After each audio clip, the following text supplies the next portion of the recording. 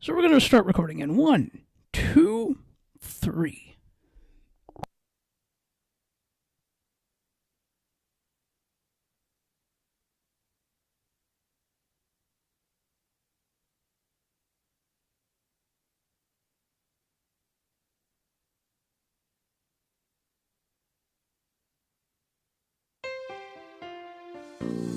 Welcome to Broadcast Map, the show that covers the world of broadcasting, the Canadian media landscape, sports media, the show's favorite sports teams, as well as news and politics. Here's your host, Ali Musa.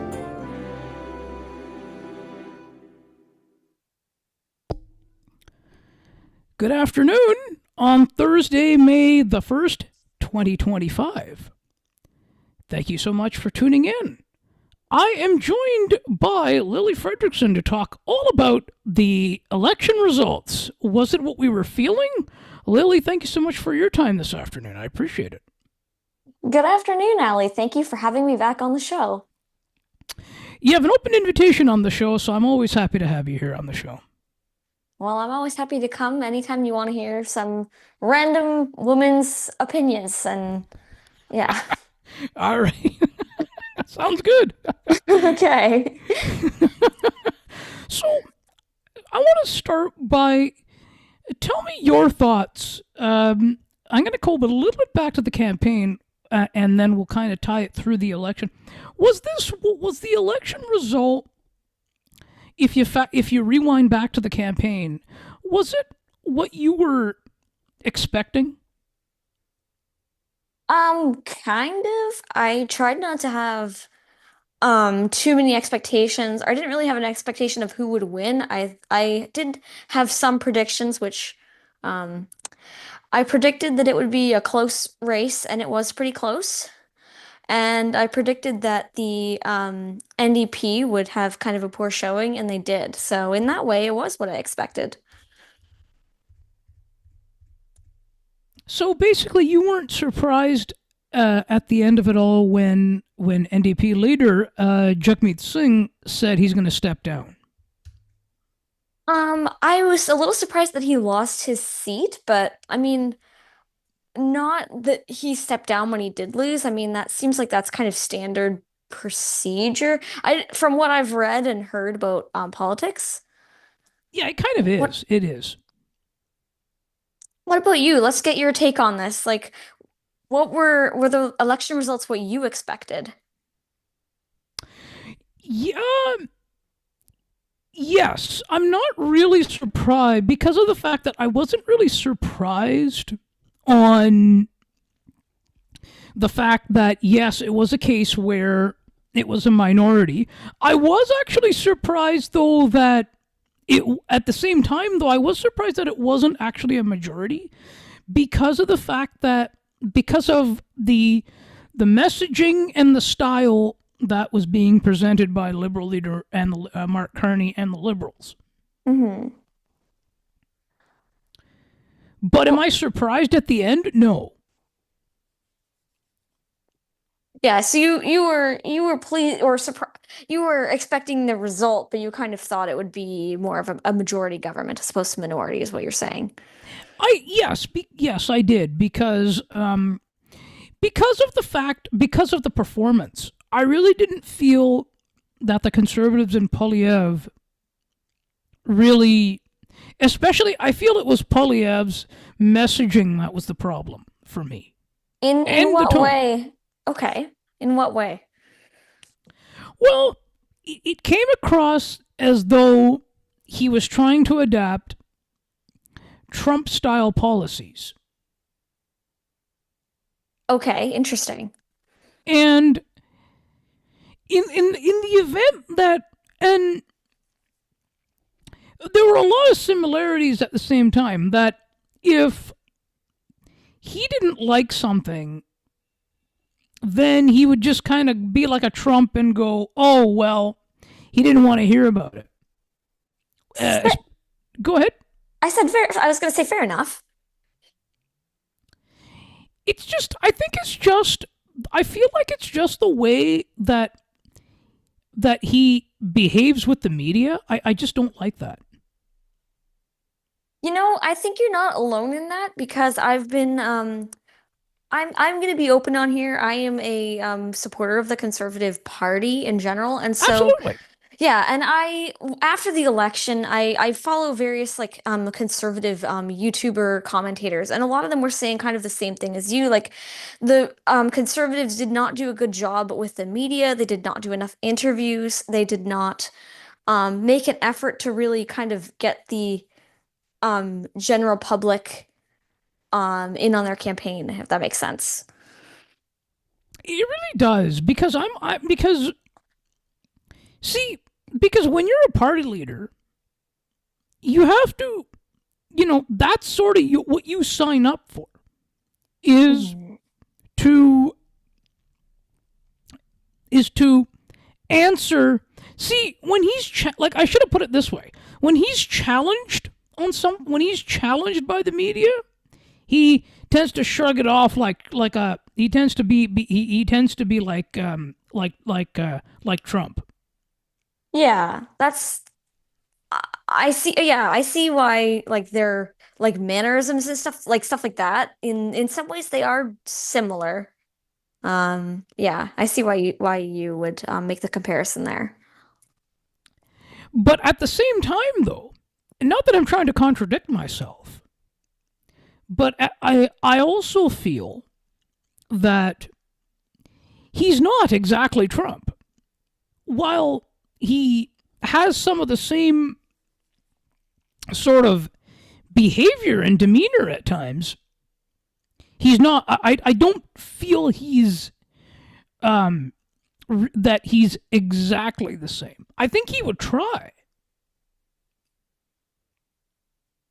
I think, yeah, I think I don't know if this is a great comparison, but I almost feel like he's kind of like a watered down version of Trump in some ways. Like, Yes.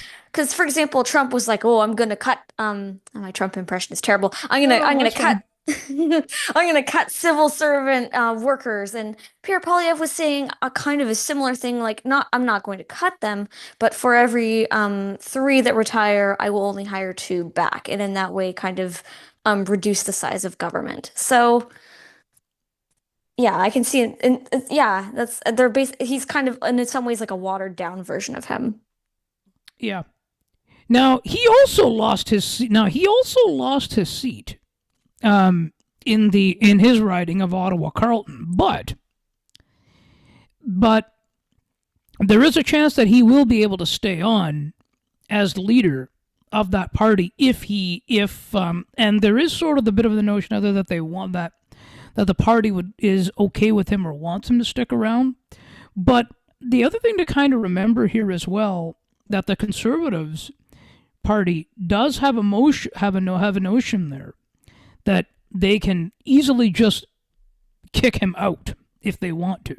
That is very true. Whereas the Liberals don't have a notion like that because I don't know if you remember several years ago during when Aaron O'Toole was the leader, they used that notion to vote him out Yes, I do or to kick remember him out. that.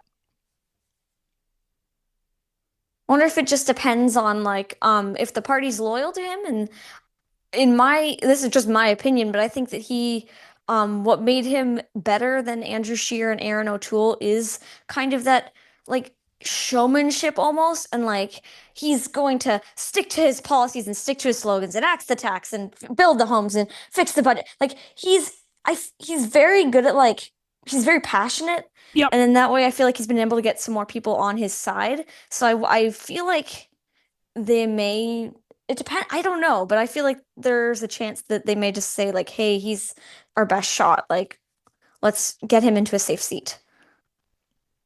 Yeah, I don't think you're wrong. I wouldn't, you're not wrong about that. I personally feel like that, that you're absolutely right about that. But because he lost his seat, it's going to be all dependent on whether the party wants him. Oh, absolutely. Um, Now go I'm ahead. curious.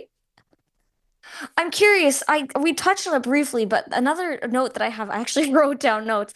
The yeah, I came in prepared this time, but The another note I wrote down was like, the NDP really did just had such a poor showing. They went from 24 seats to 7, and in fact actually lost party status. Was that something that you were expecting to see?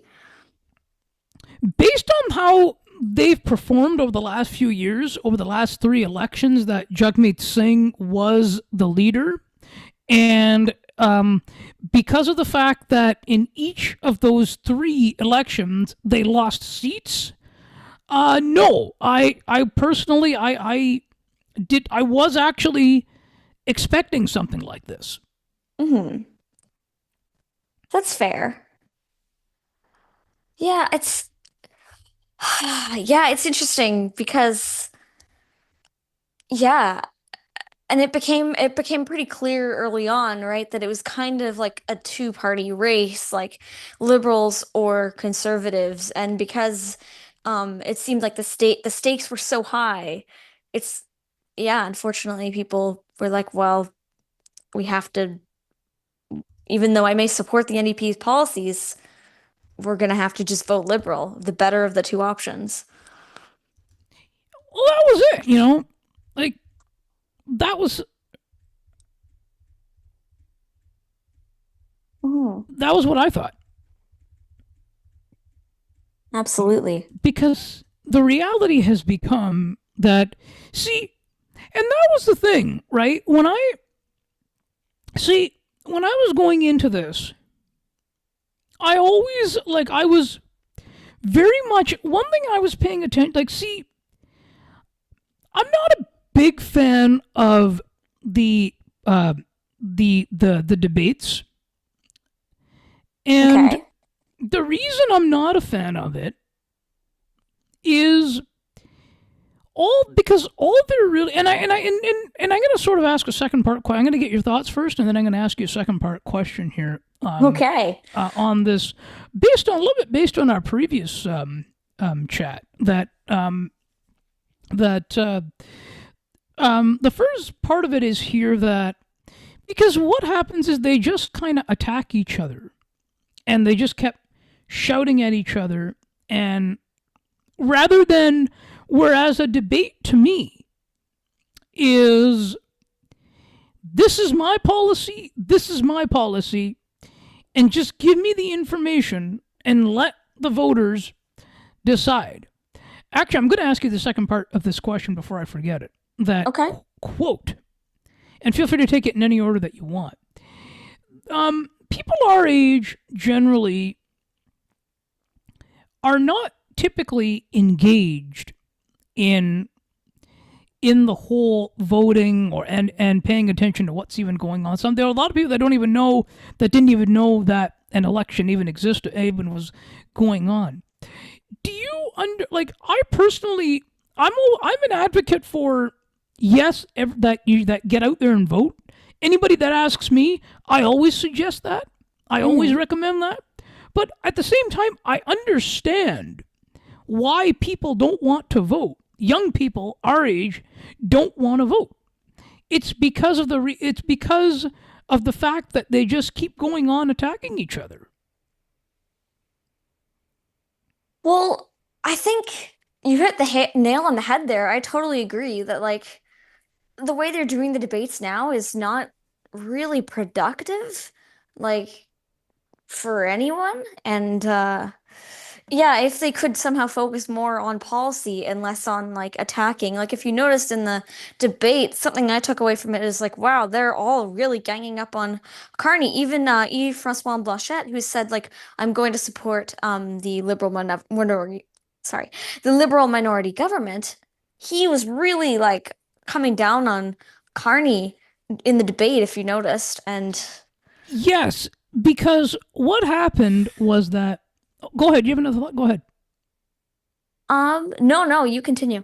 Okay. So he was saying, right, one thing that sort of got to me was one thing I found really interesting. Quote is I did listen to a bit of the debate, by the way. Mhm. That quote. Um, uh, um, why was I thinking Stefan Dion there for a second? But It's 2008 again. We've traveled back in time. um, Carney was saying that quote to Polyev, quote, that I know you, quote, you wanted to run against Justin Trudeau and he's not here, quote. Oh yeah, I noticed that too. Yeah, and that's exactly, I mean, I think, like, here's the thing. That's what I feel he wanted. That's what I feel that Carney that's what I feel that he wanted, actually. I kind of agree. I mean, he did the best he could with what he had, obviously, but if I forget where I read this, but like the poll numbers, the conservatives were having like double point like leads on the liberals, and then within like a couple of months Trudeau resigns, and then Trump announces the trade war, and the whole polling numbers changed. So for his campaign, that would have been the best case scenario.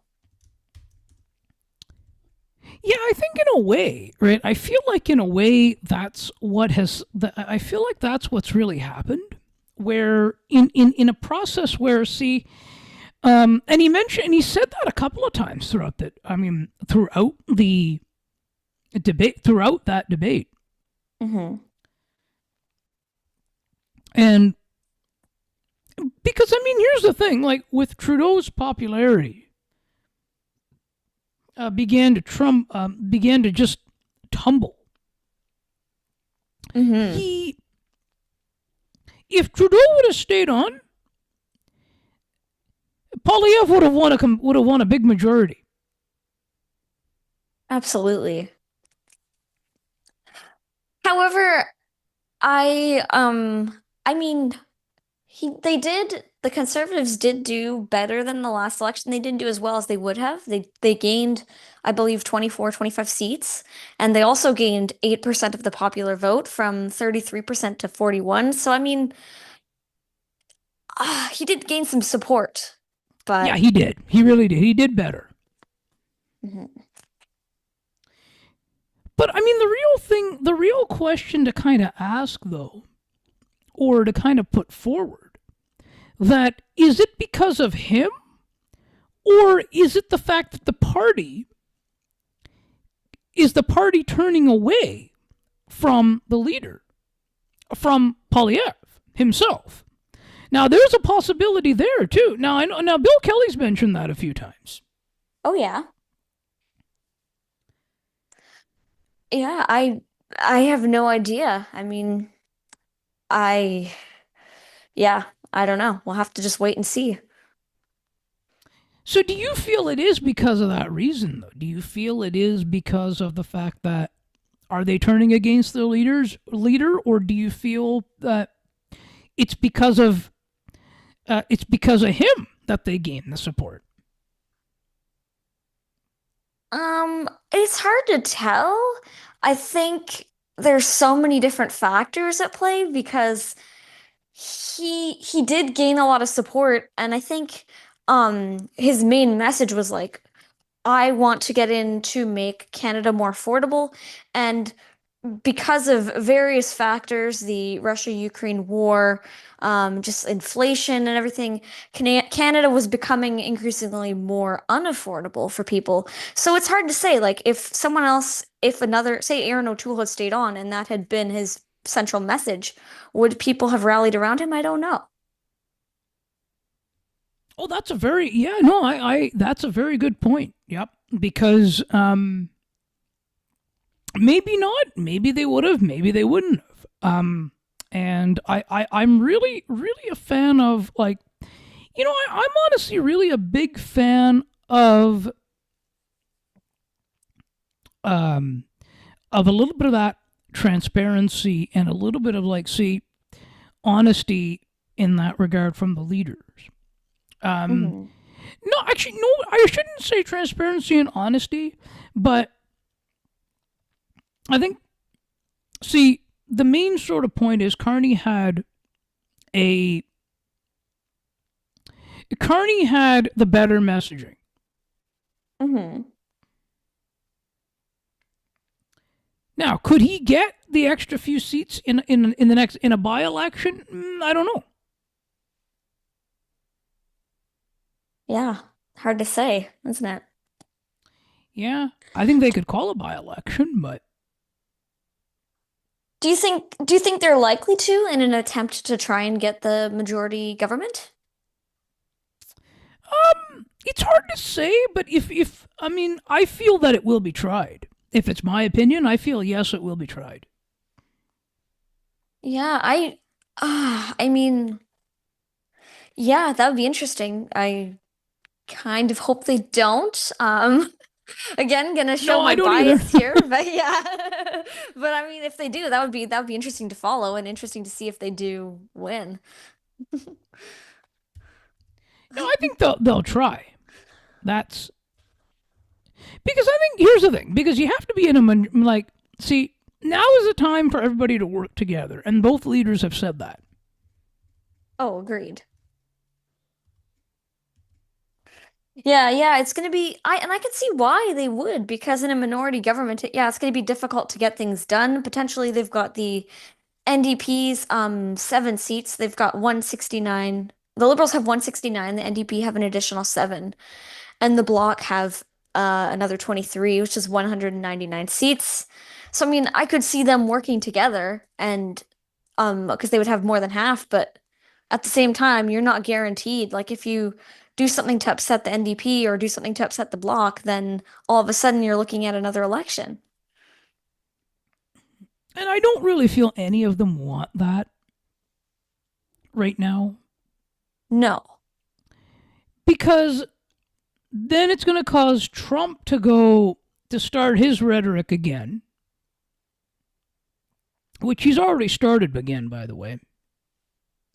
Oh yeah. Well, it feels like it never stops with him, but yeah. No, but do you like what like? Can you tell me though? Kind of, do you feel that Trump will actually go ahead and do what he wants to do? For example, the annexation of Canada. Do you think he's going to try? Oh man, that's a tough question. I I don't know. Um, I think if Canada legally wanted to be the 51st state, I don't think that would ever happen because um, both the um, Canadian Parliament and the US Parliament would have to agree to it, and I don't see in any world where the Canadian Parliament would agree to that. Annexation? Yeah, I don't know. Well, but like in a way, see, the thing is that he just wants to do what he wants, right? And then he's going, and with of course the economy and everything, with the U.S. economy starting to shrink a bit with his tariffs, he can't even accept he can't even accept the blame for it. He's just going to find somebody else to blame. Yeah, that's it's unfortunate that yeah, he doesn't even seem to notice or well, he's noticing, but he's like, well, this is not I didn't control this. I didn't start this. So it's like, Yeah, hello. he's going to say You it's Biden's fault, yeah. which again is a lie, but Yeah. That's what he does, unfortunately. yeah. Now, do you think that he would even be able to do you think that the US would be able to actually annex Canada? Well, if he wants it, he'll do what he wants. He'll do whatever it takes to do it.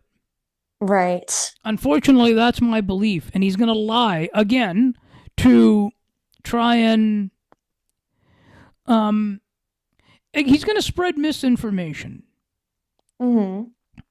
and is going to and he's going to do something to get his way. See, what he's really doing is he's working hard to create a crisis so he can stay in power.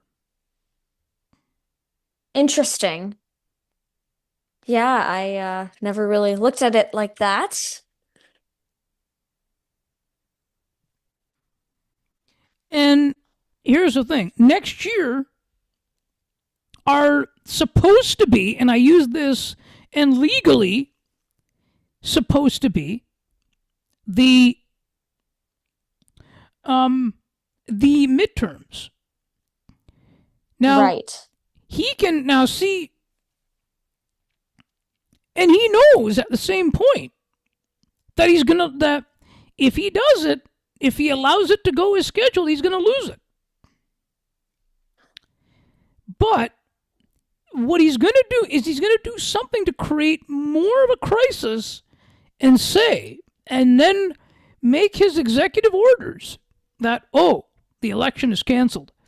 We're in a crisis here, so we have to cancel the election. And he's going to stay in power. Well, that's a kind of a scary thought, actually. No, it is. Yeah. Like, I'm not saying that this is what I want to happen, Hmm. but I'm saying that this is a reality of what he's doing. For sure.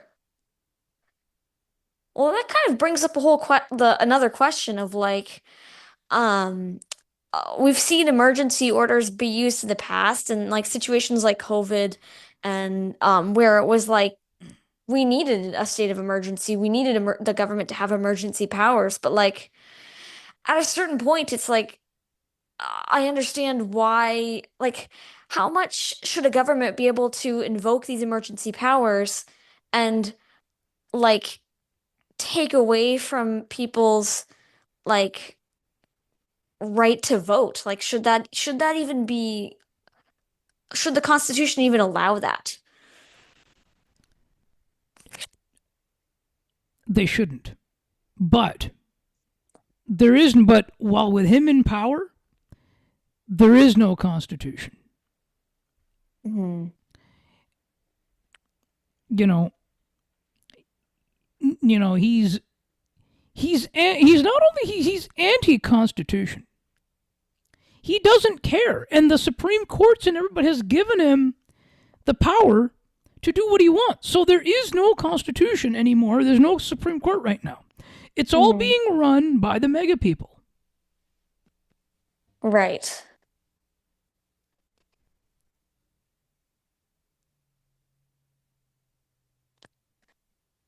So whatever the mega people want, that's what's going to happen. Yeah, that seems to be yeah, I don't really have a lot of comments. That seems to be what's happening for sure. It's yeah. See, I'd love to see. I would love to see him just go. Now there are also like there is a prediction out there. Now let me like sort of kind of get your thoughts here as well. That do you feel that, or is it fair to even say that that he might not even make it out of his term? Um, I mean, possibly. I mean, I don't know enough about that. Like if there's I think he's definitely lost support. The question is, has he lost enough support that people are like, well, he's only made things worse. Like we can't even let him finish his term. So, And you also have to like we also have to remember too. This is a guy who's been impeached twice in the past, and still, you know, it's honestly terrible as it is that he's been able to kind of stick around. yeah, yeah, it's no matter how much people want him out, or most people anyway, he just does not seem to leave.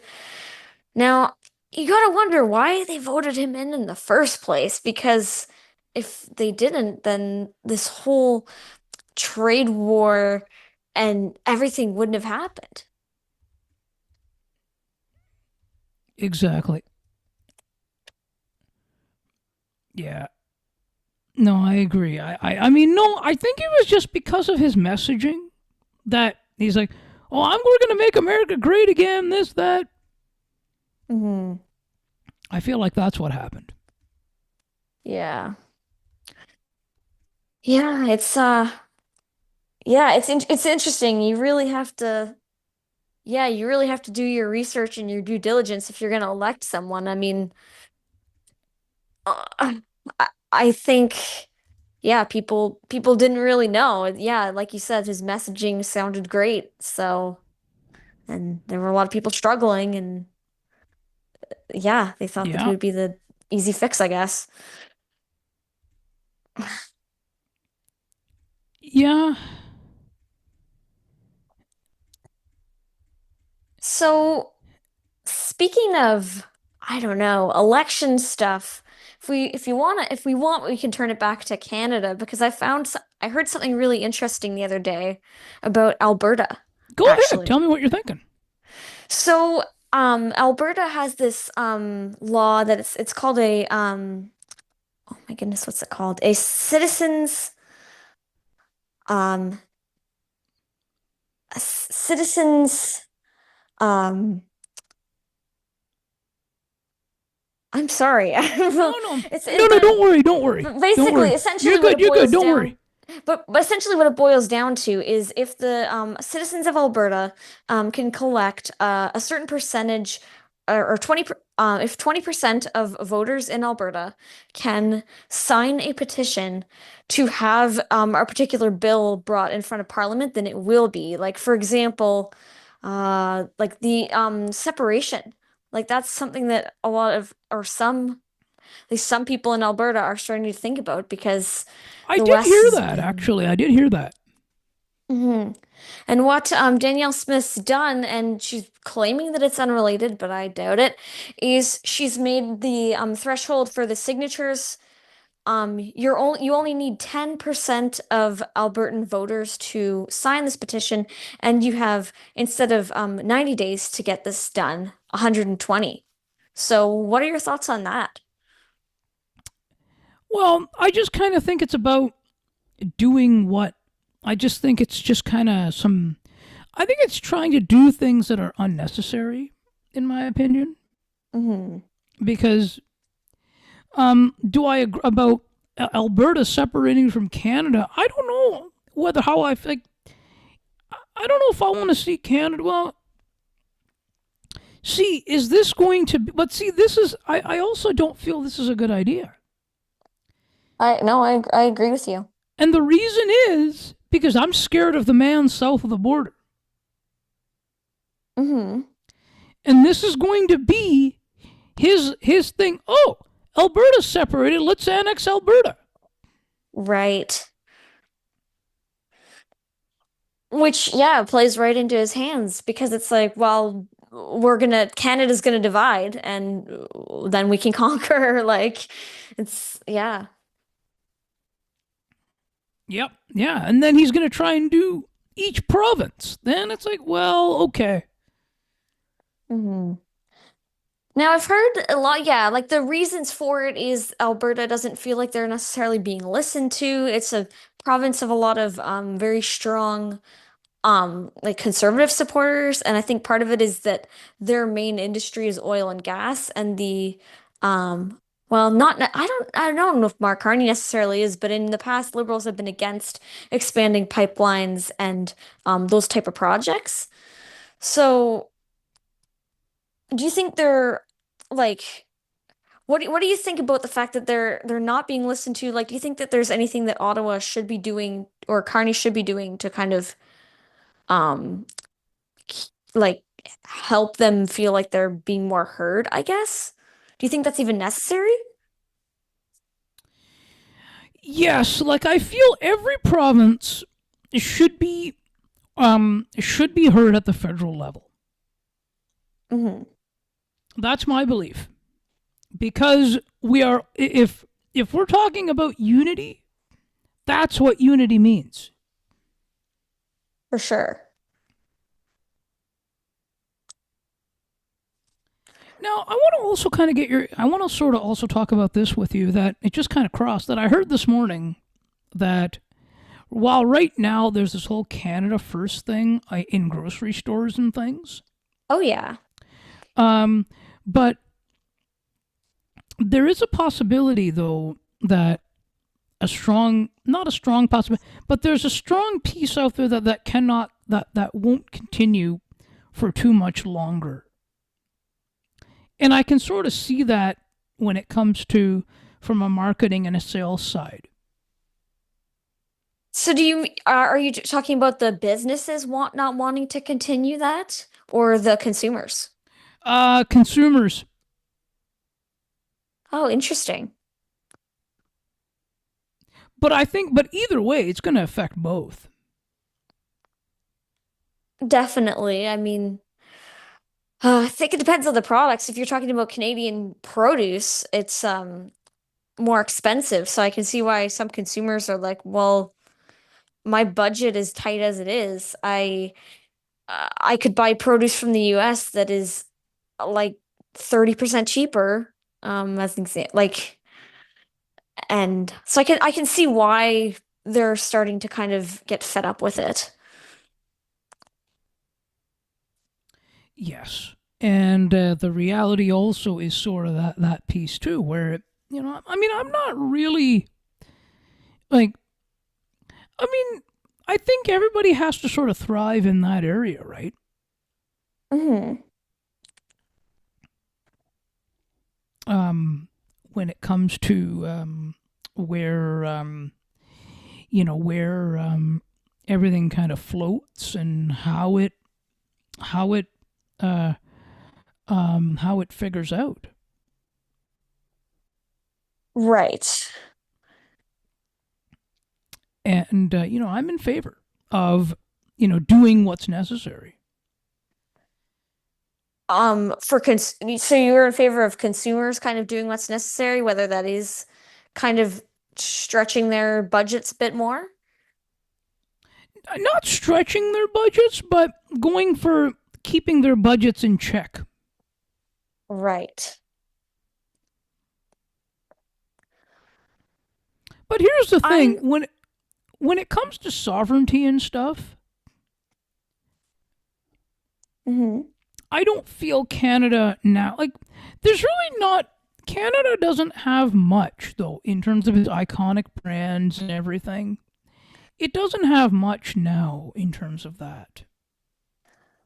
Okay. Um, Iconic brands, like such as Tim Hortons and um, I'm trying to think. No, Well, that's Tim Hortons. American. Yeah, Tim Hortons is not actually. It's owned by an Amer. It's owned by. It's not actually. It's owned by an American brand now, though. Oh, that's right. Right, Tim Hortons. And there are some locations in the U.S. Hmm. Yeah, you're right. I'm trying to think of some And the examples. Sorry? no, go ahead. I mean, yeah, I'm trying to think of some examples of like iconic brands. Like the one that's coming to mind right away for me is Real Canadian Superstore, but Yeah, they're still around. mhm. Yeah, no, and that's a very good brand actually. That's Um, where I do most of my shopping actually is nice, nice. yeah. Yeah, but I mean, maybe it's just my lack of knowledge of brands, but other than that, I can't really think Mark's work where? No, I think they're American too. Yeah, no, but the whole cycle. This will be very interesting, I think, as to what kind of happens over the next little bit. Hmm. Yeah, Yeah, it will and be. we should also point out as well that you have, as mentioned earlier, you have an open invitation on this show, but your voice will also be heard a little bit more as well on the What do you books mean? on future books panels. Oh, yes, yes. Yeah, I'm excited about that. Yeah, so your voice will be heard. So those listening will be hearing your voice on the airwaves here on the books panel, and this is very exciting, and I really appreciate you joining that and being on board with it. You know, I'm just so thankful that you invited me because my, you know this, but for anyone who doesn't, my dream was always to like do broadcasting, and now this is kind of a way that I can kind of like kind of get part of it is like being on Yes. podcasts. Yes. You've got it. We've got it. Yes. We're all a team, and you know what? It's exciting. It really is. And that it's growing. So let's sort of we and so the next book will be on May 23rd. We will be discussing what will we be, we'll be discussing My Effin' Life by Geddy Lee. Yeah, and Getty Lee, I was confused because I'm not a Rush fan, so I looked it up and oh, he's the bassist for Rush, if anyone doesn't know. So Yes. I'm stoked to start reading that. Yes. So you'll be able to find me online, and they can find you. They can find you on Facebook, I believe, Yes, I and can on at Goodreads, I believe, as well.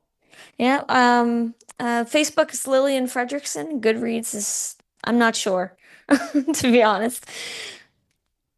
Sounds cool. They can find you there as well. They can find you there, and I'm back on Broadcast Map returns on Monday, May the 5th.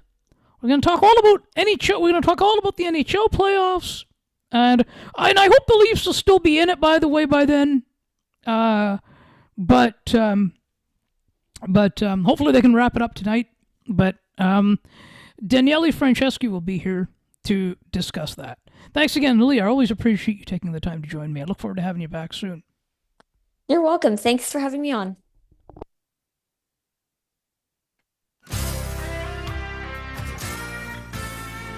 Thank you so much for listening and or watching Broadcast Map. To learn more about the show, please visit broadcastmap.ca. While you're there, subscribe to the newsletter so you never miss an update. Besides, it's free. Enter your email address and hit subscribe right on the homepage and at the bottom of all Broadcast Map posts.